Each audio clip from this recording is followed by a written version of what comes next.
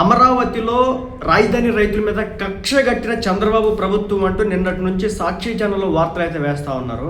కొంతమంది రైతులు కూడా ఏడుస్తా బాధపడతా, కొంతమంది మహిళలు అయితే కనుక పోలీసులు అక్కడి నుంచి వాళ్ళని పంపిస్తా, తర్వాత వాళ్ళ పొలాల్లో బుల్డోజర్లు వచ్చి ఏదో బద్దలు కొడతా ఉన్నాయి. ఇవన్నీ కూడా మనం చూస్తూ ఉన్నాం. నేను చాలా ఓపెన్గా నేను ఏ సైడ్ తీసుకోకుండా నిజం ఏంటనే చెప్పాలనుకుంటున్నాను. బేసిక్గా మీకు వీడియోలు కూడా చాలా సర్క్యులేట్ అయితే ఉండొచ్చు. ఏది ఏపీసీఆర్డీఏ రీజియన్లో ఉన్నటువంటి రోడ్ల నిర్మాణం కావచ్చు, మరి ముఖ్యంగా అమరావతిలో ఉన్నటువంటి ఏదైతే రోడ్ల నిర్మాణం కావచ్చు, అది అంటే ఈస్ట్ రోడ్స్ కావచ్చు, నార్త్ రోడ్స్ కావచ్చు, ఏవైతే ఉన్నాయో ఈ రోడ్స్ చూడండి, ఒక్క రోడ్డు కూడా 100% కంప్లీట్ అవ్వదు. మీకు ఒక్క రోడ్డు కూడా కంప్లీట్ అవ్వదు. ఎందుకో తెలుసా? మీరు చెప్తే ఆశ్చర్యపోతారు. ఒక ఉదాహరణకు ఒక గ్రామంలో 100 మంది రైతులు అనుకుంటే కానీ 100 మందిలో 97 మంది రైతులు భూమి ఇచ్చేస్తారనమాట. ఒక ఇద్దరు ఎవరు అనమాట. ఆ భూములు ఎక్కడ ఉంటాయి అంటే రోడ్డు మధ్యలో ఉంటాయి. రోడ్డు మధ్యలో ఉన్నటువంటి ఆ భూములు ఎవరు, వాళ్ళు కోర్టుకి వెళ్తారు, కోర్టు స్టే ఇచ్చింది, ఇక్కడ ఇంకా ఆ రోడ్డు ఆగిపోద్ది, ఇంకా రోడ్డు కన్స్ట్రక్షన్ జరగదు అనమాట. ఇది రియాలిటీ. 2014 నుంచి భూసేకరణ జరుగుతున్నాయి, ల్యాండ్ పూలింగ్ జరుగుతుంది, సిఆర్డీ అధికారులు వస్తున్నారు, రాజకీయ నాయకులు వస్తున్నారు, ప్రభుత్వ అధికారులు వస్తున్నారు, అంతా కూడా వచ్చి భూములు ఇవ్వండి మహాప్రభు. ఇక్కడ మీకు చెప్తే ఆశ్చర్యపోతారు. వాళ్ళకి ఎలాంటి భూములు, ఒకవేళ 1 ఎకరం భూమి ఇస్తే వాళ్ళకి ఫ్లాటు, ఒక ఇల్లు కట్టి ఇల్లు ఇస్తారు, అలాగే వాళ్ళకి కమర్షియల్ స్పేస్ ఒకటి ఇస్తారు, అంటే వాళ్ళ వ్యాపారం నిమిత్తం, అది కూడా అమరావతిలోనే ఇస్తారు. ఇవన్నీ కూడా వాళ్ళకి కల్పించారు కాబట్టి అన్ని 33,000 ఎకరాలు రైతులంతా కూడా ముందు వరుసలో బయటకు వచ్చి సప్పుట్లో బయటకు వచ్చి ఇచ్చేశారు. మీకు తెలుసా? కేవలం ఒక 200 ఎకరాలు 400 ఎకరాల కోసం 33,000 ఎకరాలు ఎక్కడ, 200 ఎకరాలు 400 ఎకరాలు ఎక్కడ? ఎందుకు వీళ్ళు ఎవరంటే సింపుల్ అనమాట, సింపుల్ అజెండా. ఒకటి, వాళ్ళు వేరే పార్టీతో అఫిలియేట్ అయి ఉండడం. 2, వాళ్ళకి ఇంకా ఎక్కువ ధర వచ్చింది. మాది ఎగ్జాక్ట్గా రోడ్డు మధ్యలో స్థలం ఉంది, సో మా పొలం నుంచి మాత్రమే రోడ్డు వెళ్తుంది కాబట్టి దీనికి 4 రెట్లు ఇస్తారు, 10 రెట్లు ఇస్తారు, 25 రెట్లు. ఏంటిది? ఒక 10 మంది, ఒక 5గురు కోసం సీడ్ యాక్సెస్ రోడ్డు దాదాపు ఒక 15 కిలోమీటర్లు అనుకుంటే కనుక మొత్తం మీద ఒక తిప్పి కొడితే ఒక 2.5 ఎకరాలు 3 ఎకరాలు అంట ఇవ్వాల్సింది ఆ రోడ్డుకి. ఎవరు అయ్యి దానికోసం వంకర్లు వేసుకుంటా రావాలి ఆ రోడ్డు మొత్తం. ఎట్లా?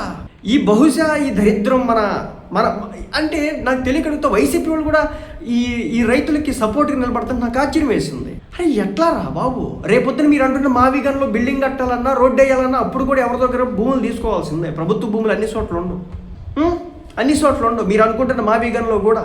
అరే ఈ మాత్రం సోయి లేకపోతే, ఈ మాత్రం జ్ఞానం దిమాగ్ లేకపోతే, రాజధానికి రోడ్లు లేకపోతే వంకర్ టింకర్ రోడ్లేండి రా బాబు. ఎక్కడో సింగపూర్ దగ్గర నుంచి ఆర్కిటెక్చర్స్ని తీసుకొచ్చి, కాంట్రాక్టర్లను తీసుకొచ్చి, ఇంజనీర్స్ని తీసుకొచ్చి ఎట్లా చేయాలి అని చెప్పి దాని బ్లూ ప్రింట్లు అన్నీ కూడా చేసుకొని గ్రౌండ్ లెవెల్లోకి వెళ్ళి డక్టుల నిర్మాణం ఒక పక్క చేస్తూ ఉన్నారు, రోడ్ల నిర్మాణం చేస్తూ ఉన్నారు, సీవేజ్ వాటర్కి సంబంధించి నిర్మాణం చేస్తూ ఉన్నారు, ఎలక్ట్రిక్ లైన్లు వేస్తూ ఉన్నారు. ఆ ప్రాంతంకి వెళ్ళడం ఆ ఎకరం భూమిలో ఆగిపోతాం. కొర్రీలు ఎక్కడికక్కడ ముక్కలు, ఒక్క రోడ్డు కూడా అవ్వలేదంటే అర్థం చేసుకోండి. ఈ 10 ఏళ్లలో ఎందుకు అవ్వట్లేదు? ముక్కలు.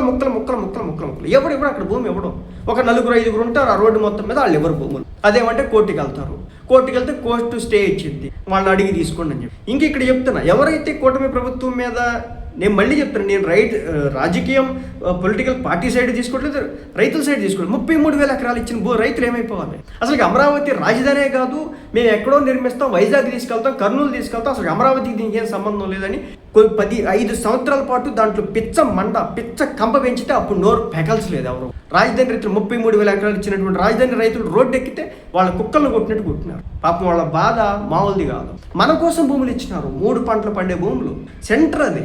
రెండోది ఏంటంటే మన కృష్ణ రివర్ పక్కన ఉంటుంది, రేపొద్దున నీటి వాటర్ ఇష్యూ ఉండదు. ప్రపంచ స్థాయిలో డెవలప్ కాబోతున్నటువంటి ఒక నగరాన్ని పట్టు దాన్ని చంపే కార్యక్రమం ఏదైతే ఉందో 4 రైతుల కోసం ఏంటి విధ్వంసం ఏంటి? మీకు అర్థం కావట్లేదు. అదేమంటే ఇదేదో అంటున్నారు, లేఅవుట్ చేస్తున్నారు, ఇదంతా రియల్ ఎస్టేట్. ఇది జగన్మోహన్ రెడ్డి గారి హయాంలో చేయొచ్చు కదా ఈ రియల్ ఎస్టేట్. మరీ దారుణంగా ఉందండి, నిజం చెప్తున్నాను. రాజధాని లేకపోతే కనుక ఇక్కడ కంపెనీలు రావు, ఉద్యోగ కల్పన జరగదు. 5 సంవత్సరాల పాటు మనల్ని అవమానించినారు, ఇంకెంతకాలం అవమానపడదు? 10 ఏళ్ళైంది వచ్చి రాష్ట్రం విడిపోయి ఇప్పటి వరకు సరేనండి రాజధాని నిర్మాణం మనం చేసుకోలేకపోతున్నాం అంటే తప్పు ఎక్కడుందో అర్థం చేసుకోకపోగా రాజకీయాల కోసం అది ఇది. మళ్ళీ చెప్తున్నా, కొన్ని వేల ఎకరాలు ఇచ్చి భూములన్నీ కూడా ఇచ్చి రోడ్లన్నీ కూడా వేస్తూ ఉంటే మధ్యలో ఉన్నటువంటి అరాకొర ఒక 5 సెంటు 10 సెంటు ఎకరా 2 ఎకరాల భూములు కడిగి వీళ్ళు ఆపేసి ఆ రోడ్లు వేయకుండా చేస్తా ఉన్నారు. మరి వాళ్ళ దగ్గర నుంచి లాక్కోవద్దా ఏమి?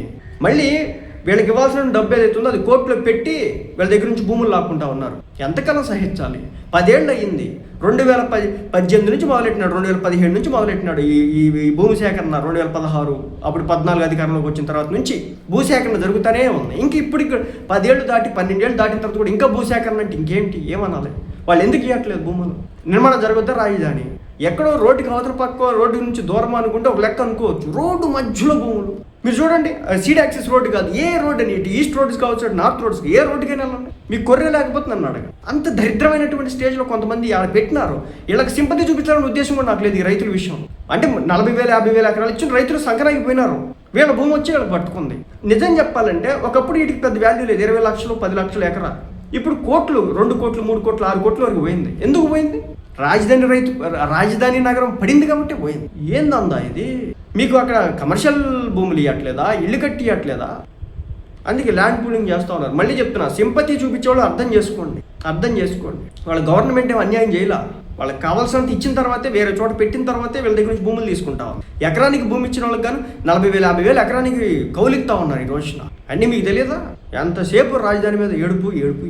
ఎంతకాలం ఎడుతారు రాజధాని మీద? అమరావతి నగర నిర్మాణం జరగొద్దా ఏమి? అరే ఇంకెంతకాలం హైదరాబాద్ పోవాలి, ఎంతకాలం బెంగళూరు పోవాలి, ఇంకెంతకాలం ఆ నార్త్ సైడ్ పోవాలరా బాబు? ఇక్కడ కంపెనీలు రావద్దా ఏమి? రాజధాని ఉంటేనే కంపెనీలు వస్తాయి. రాజధాని ఉంటేనే పెద్ద పెద్ద పారిశ్రామికవేత్తలు ఇక్కడ ఇన్వెస్ట్ చేస్తారు, పరిశ్రమలు వస్తాయి. లేకపోతే ఇక్కడ ఎవరికి అడుగు పెట్టడు, సాహసం చేయరు.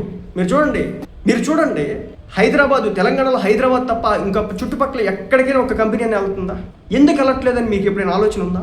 ఎందుకంటే రాజధాని హైదరాబాద్ కావాలి. మీరు తమిళనాడు వెళ్ళండి, చెన్నై పేరు తప్ప ఇంకా చుట్టుపక్కల ఇంకెక్కడ వేరే ప్రాంతాల్లో మనకి ఏది కూడా తెలియదు. వేరే చోట కూడా కంపెనీలు వెళ్ళడం. ఏ పరిశ్రమకమైనా సరే, అది మ్యానుఫ్యాక్చరింగ్ రంగమా, లేదంటే కనుక పరిశ్రమల, తోళ్ళు తొక్క పరిశ్రమల, చెప్పులు తయారీ, ఏదైనా సరే వేరే ప్రాంతాలకు పోవు, రాజధానిలోనే ఉంటాయి. ఎందుకు ఉంటున్నాయి? అది ఆలోచన మనకు లేదా? ఇంకా ఇప్పుడు కర్ణాటకకి వెళ్దాం, బెంగళూరు ఎందుకు? వేరే ప్రాంతాన్ని, వేరే జిల్లాలని, వేరే ప్రాంతాన్ని మనం ఎందుకు తెచ్చుకోవట్లేదు? కేవలం ఒక్క ప్రాంతాన్ని మనం ఎందుకు తీసుకొస్తున్నాం? ఈ రోజున ఆంధ్రాకు చూసుకుంటే 3 ప్రాంతాలు ఉన్నాయి. రాయలసీమ ప్రాంతంలో శ్రీ సిటీ అని చెప్పేసి డెవలప్మెంట్స్ జరుగుతూ ఉంది. నిన్నగాక మొన్న అది గోల్డ్కి సంబంధించినటువంటి మైనింగ్ జరుగుతూ ఉంది. దాని పేరు సరే పేరు గుర్తు రావట్లేదు. మైనింగ్ జరుగుతూ ఉంది. ఇంకా కుప్పం సైడ్ కూడా గోల్డ్ మైనింగ్ చేసుకోవడానికి కోసం చెప్పేసి గోల్డ్ రిజర్వ్స్ దొరికినాయి మనకి, భూమిలో మట్టి దొరికింది. ఇంకా ఉత్తరాంధ్రకి పోతే కనుక ఈ వైజాగ్ మొత్తం కూడా డెవలప్ అవుతా ఉంది. నిన్న రేపు కాక ఎల్లుండి భోగాపురం ఎయిర్పోర్ట్ ఓపెన్ కాబోతా ఉంది. దేశంలోకి అత్యంత అద్భుతమైన టెక్నాలజీ ఉపయోగించి కట్టినటువంటి ఎయిర్పోర్ట్ అది. మీరు పెద్ద తుఫాన్ వచ్చినా కానీ అక్కడ ల్యాండ్ అవుతుంది అనమాట. అలాంటి సిచ్యువేషన్. అట్లాగే పెద్ద తుఫాన్ వచ్చేసి గంటకు 200-300 కిలోమీటర్ల వేగంతో గాలి వేసినా కానీ అది తట్టుకుంటుంది అనమాట. అంత అడ్వాన్స్డ్ టెక్నాలజీతో దాన్ని కట్టినారు. మన కళ్ళకి ఏం కనిపించారు? ఏమనుకుంటున్నారు అసలుకి? రాజధాని అంటే ఏమనుకుంటున్నారు? లెక్కాపత్రం లేదు. ఒక ఇల్లు ఎట్లాగో, ఒక కుటుంబానికి ఒక ఇల్లు ఎట్టాగో, ఒక రాష్ట్రానికి రాజధాని అట్టా. నీ అడ్రస్ అది, నీ ఇంటికి నీకు అడ్రస్, నీ ఇల్లు ఎట్లయితుందో, నీ ఊరు ఎట్లయితుందో నీ రాష్ట్రానికి అడ్రస్సు. అంటే మన ఇల్లు ఎట్లయితే ఒక ప్రాంతంలో, ఒక గ్రామంలో మనం ఉన్నామని చెప్పేసి మన ఇల్లు ఎట్లా చెప్తుందో, మన రాష్ట్రానికి రాజధాని మన ఇల్లు లాంటిది, మన రాష్ట్రానికి ఇల్లు లాంటిది రాజధాని. దాన్ని సంపుదామని చూస్తున్నారు చూడండి. దీని అంత దుర్మార్గం ఇంకోటి.